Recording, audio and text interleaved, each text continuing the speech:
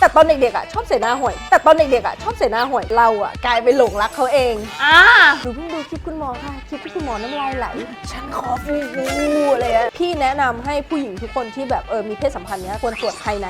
เป็นประจำทุกปี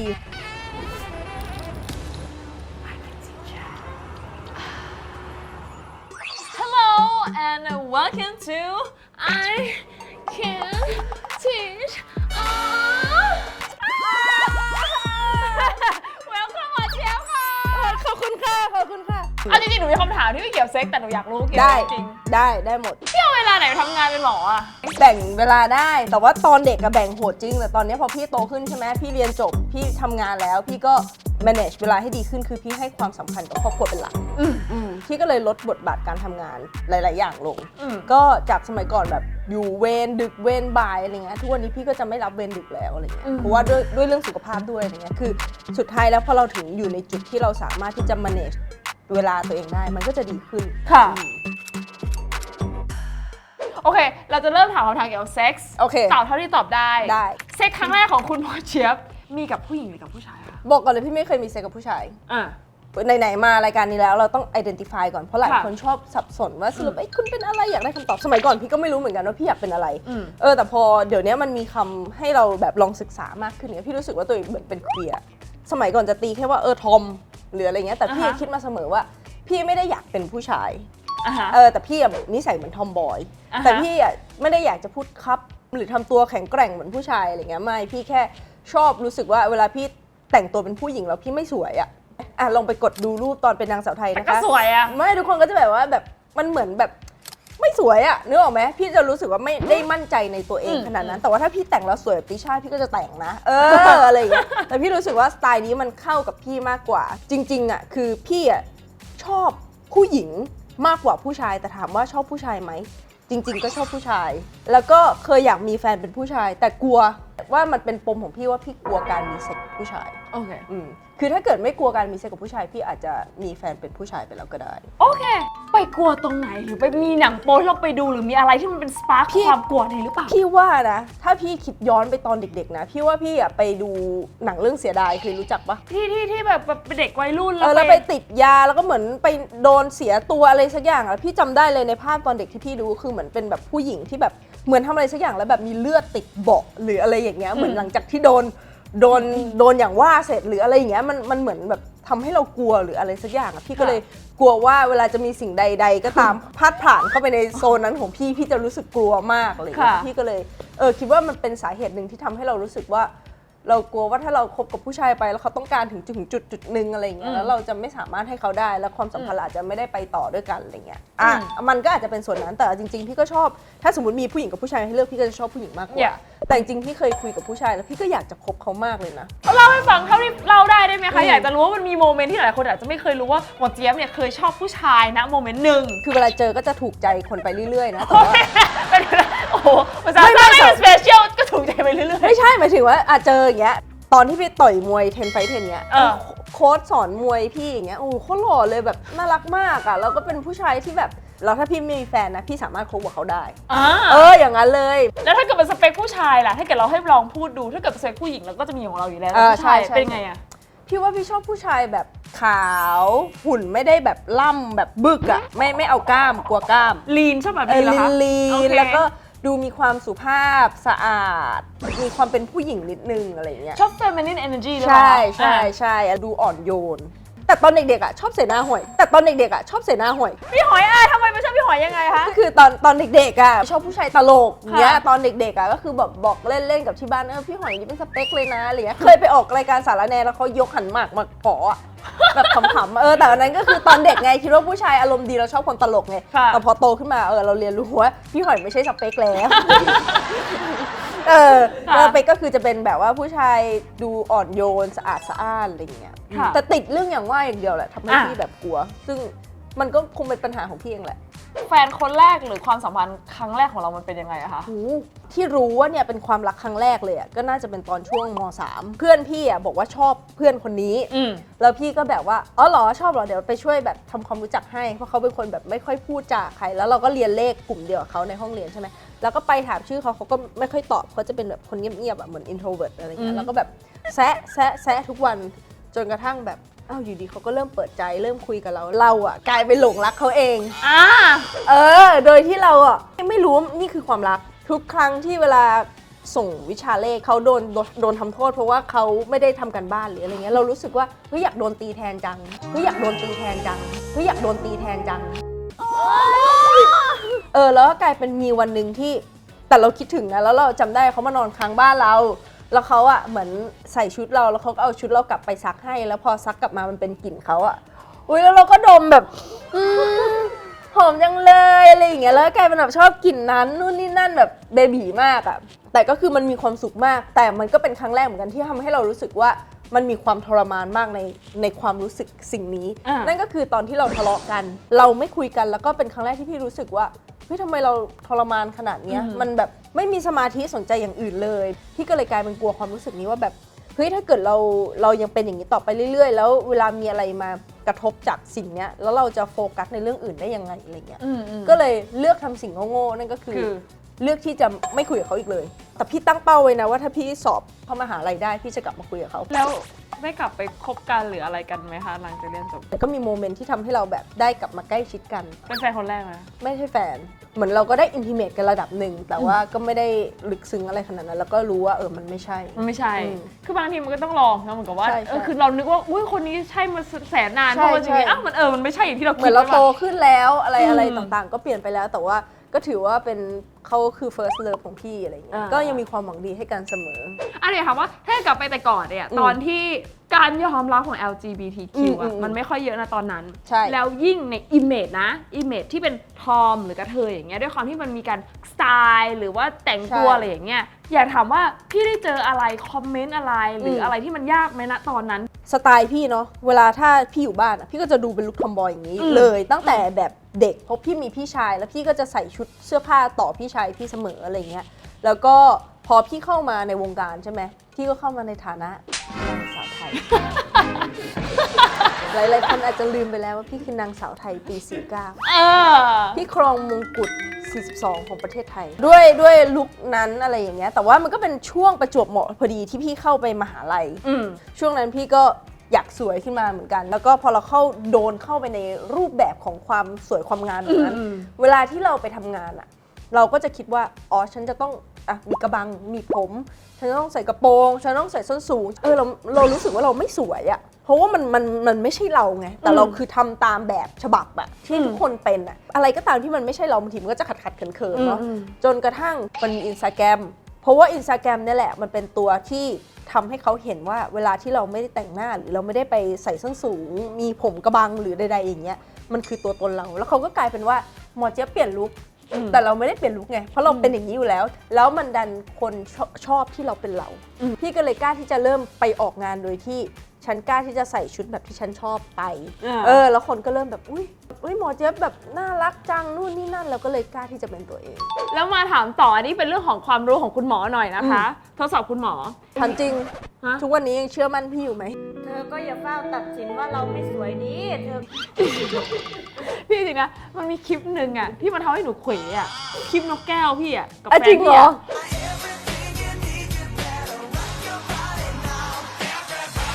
ฉันชอบมากอะแบบกูถ้าเกิดกูเป็นตายร้ายดีกูจะกล้าคุณหมอคนนี้แบบผ่าตัดหรือเปล่าวะเฮ้ยมันแค่การทำตัวเป็นนกแก้วแต่เราก็ยังเป็นหมอใช่เรามีแบบหลากหลายบทบาทได้แต่วันก่อนพี่ไปรักษาคนไข้มาเลยโซนพี่อยู่เป็นหมอฉุกเฉินใช่ไหมคนไข้เหนื่อยมาเสร็จหนูเพิ่งดูคลิปคุณหมอค่ะคลิปที่คุณหมอน้ำลายไหลแล้วกลัวหมอไหมตอนนี้หมอไม่ได้น้ำลายไหลนะเขาอ๋อไม่ค่ะน่ารักดีหนูชอบดูแล้วก็ดีมีกำลังใจเดี๋ยวก่อนนะคะคนที่มาฉุกเฉินเขาไม่ใกล้ตาแล้วเหรอคะไม่มันมีหลายแบบคือมันมีฉุกเฉินหลายระดับตั้งแต่ระดับที่อันตรายถึงชีวิตหรือบางคนก็หัวใจหยุดเต้นแล้วมา Fun fact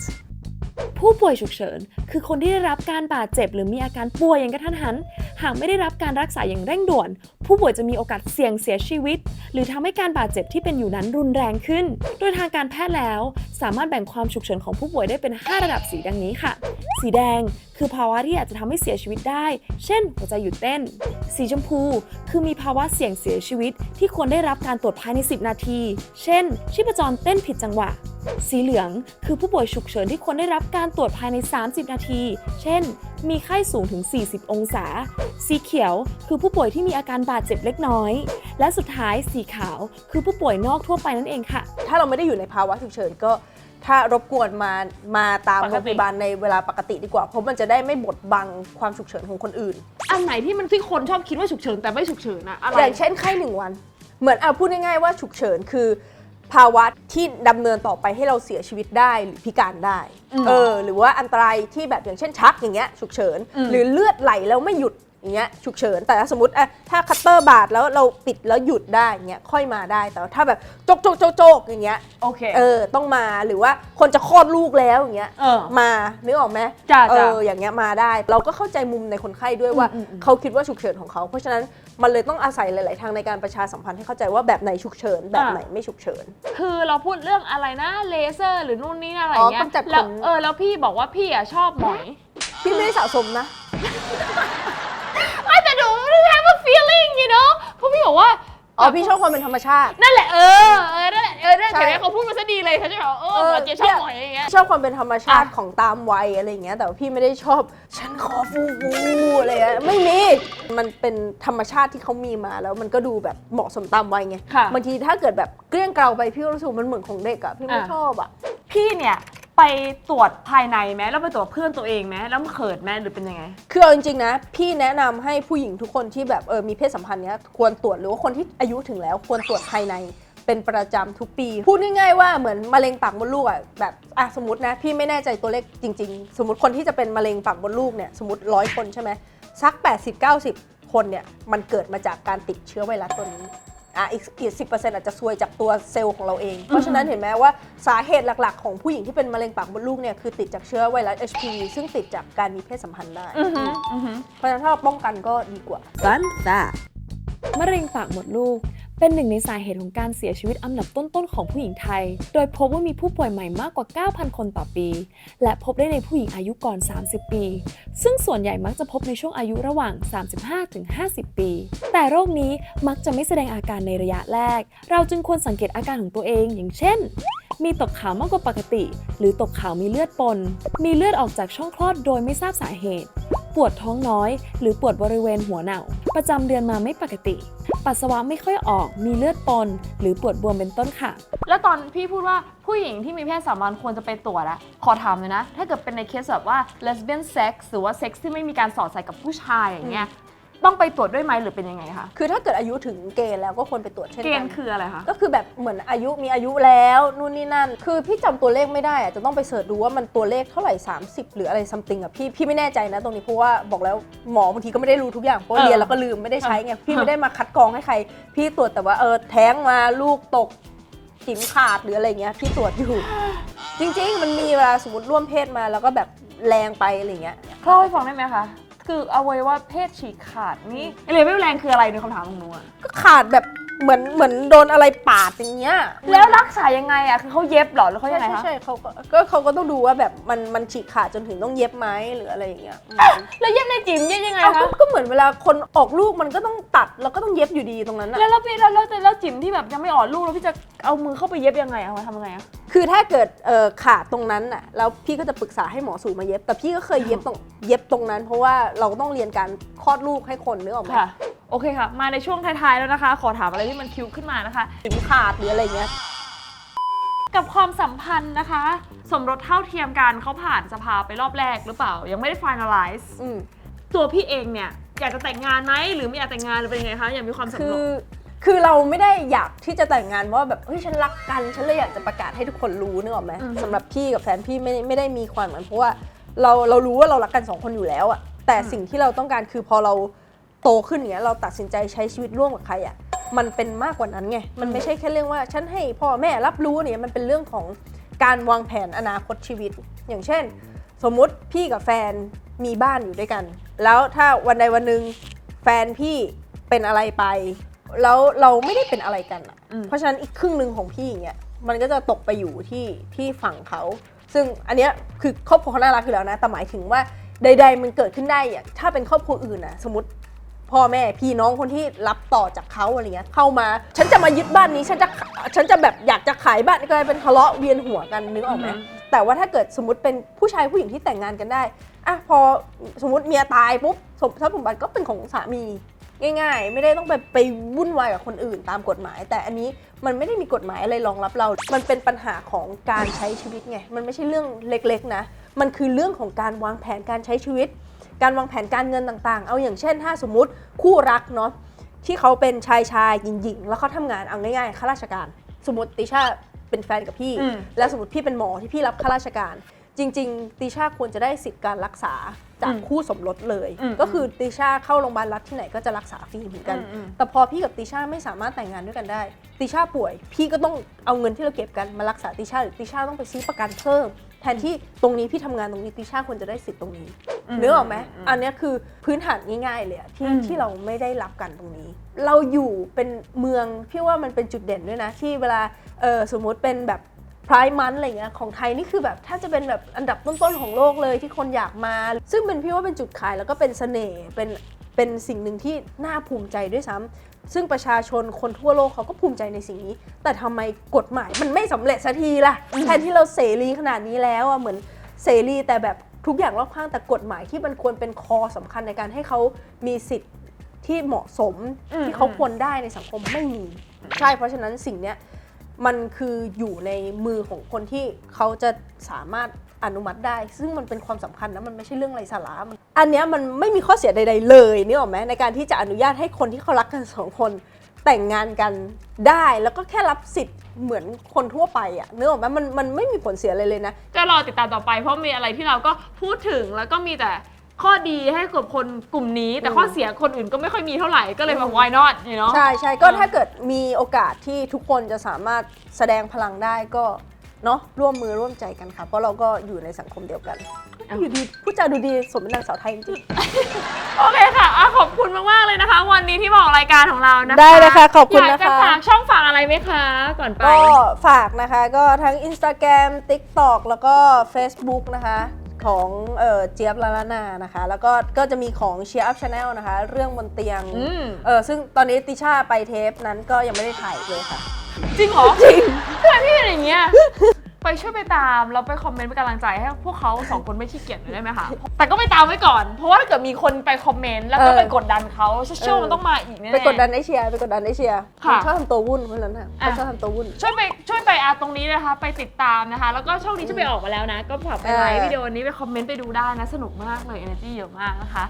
ก็ฝากติดตามนะคะแล้วก็ใครที่ชอบเอพิโซดนี้นะคะฝากกดไลค์ subscribe คอมเมนต์นะคะหรือว่ามีความเห็นอะไรที่สุภาพที่เราคุยกันแบบคน civilized นะก็คอมเมนต์กันได้แล้วก็แชร์กันได้นะคะเจอกันเอพิโซดหน้าค่ะบายสาวๆเคยเป็นไหมคะตอนเป็นประจำเดือนแล้วใส่ผ้าอนามัยเนี่ยรู้สึกเปียกแฉะเลอะอับไม่สบายตัวสุดๆเลยค่ะใช่อีกทางเลือกนึงมาแนะนำนะคะนี่คือถ้วยอนามัย Flow Days ค่ะเป็นถ้วยที่ทำมาจากซิลิโคนทางการแพทย์ 100% นะคะจะเป็นการพับไปอย่างนี้ใส่เข้าไปในช่องคลอดนะคะแล้วมันก็จะเปิดเป็นการรองรับเลือดค่ะไม่ต้องห่วงเลยนะคะว่าเจ็บเพราะว่าซิลิโคนเนี่ยเป็นซิลิโคนนิ่มค่ะพอใช้เสร็จแล้วนะคะเราก็ดึงออกมาเทเลือดทิ้งนะคะแล้วก็ทำความสะอาดค่ะข้อดีของตัว Flow Days นะคะก็คือเป็น reusable ค่ะนำกลับมาใช้ใหม่ได้นะคะเพราะฉะนั้นเนี่ยประหยัดทั้งเงินประหยัดทั้งเวลาแถมยังลดขยะไปได้เยอะมากเลยค่ะและที่สำคัญนะคะไม่มีกลิ่นเลยค่ะเพราะว่าเลือดเนี่ยไม่ได้สัมผัสกับอากาศหรือว่าแบคทีเรียนะคะทำให้คุณเนี่ยมั่นใจได้ตลอดทั้งวันค่ะไม่ว่าคุณจะไปว่ายน้ำเล่นเต้นโยคะอะไรก็แล้วแต่นะคะใช้ชีวิตแบบอิสระแล้วก็มั่นใจกับถ้วยอนามัย Flow Days ค่ะสามารถติดตามโซเชียลมีเดียของเราได้นะคะทาง Instagram แล้วก็ TikTok นะคะ Flow Days แล้วก็ Line นะคะ @Flow Days เว็บไซต์ค่ะ myflowdays.com Flow Days live with confidenceคือหนูตอนเด็กๆหนูไปรายการพี่เดี๋ยวหนูลิงก์ไว้ตรงนี้นะคะรายการนี้เป็นครั้งแรกที่พี่เขาเพิ่งมารู้ว่าติช่าชอบคิดว่าตอนเด็กๆพี่เชียร์กับหมอเจี๊ยบเป็นแฟนกัน ไม่รู้ใครเป็นหรือเปล่าเดี๋ยวคอมเมนต์ลองคอมเมนต์ดูนะทำไมฉันรู้สึกว่ามีอิมเมจนั้นนะ พี่ว่าขอให้เป็นติช่าคนเดียวที่คิดอย่างนั้นในโลกใบนี้ อันงั้นลองคอมเมนต์นะใครเคยแบบไม่ทำไมฉันคิดว่าเขาเคยเป็นแฟนกันน่ะไม่รู้ไม่เอา มัน จาก ส ไหน ยองขวัญมากเลยนะพี่ว่าติช่าน่าจะไม่ได้อยู่ไทยแหละมันเลย หรื เป็ อน อ เป ย่าง ล่า นี้ ดูสนุกเขาดูสนิทกันน่ะแล้วดูโจ๊ก รู้สนิทกันเหรอดูเกลียดกันมากเลยนะใน แล้ว รา เรา ยการ ก็ เนี่ย พูดแล้วก็ชอบพูดใส่กันว่าเนี่ยแกชอบฉันแกน่ะชอบฉันแล้ว ไอเชียร์มันมโนเองทั้งนั้นเลยอันนั้นอ่ะพี่ไม่เคยพูดเลยมันมโนขึ้นมาเอง แล้วพี่ก็ไม่เข้าใจว่าจะมีคนในโลกนี้เข้าใจสิ่งนั้นได้ไงนั่นคือติช่า คุณเข้าใจผิดอย่า ไม่ ง ก็เดี๋ยวเป็น best friend กันก็น่าจะดูกันออกว่าเธอชอบฉันอะ ไม่มันไม่ใช่อารมณ์เหมือนเพื่อนสนิทที่แบบว่าช่างไม่รู้อะไรบ้าง บ้าง ไม่อันนี้คือแบบไม่กูเกลียดมึงนึกออกไหมคือแบบคือเป็นเพื่อนที่ไม่สามารถที่จะแปลเปลี่ยนเป็นอย่างอื่นได้เด็ดขาด โอเคค่ะอันนี้เคลียร์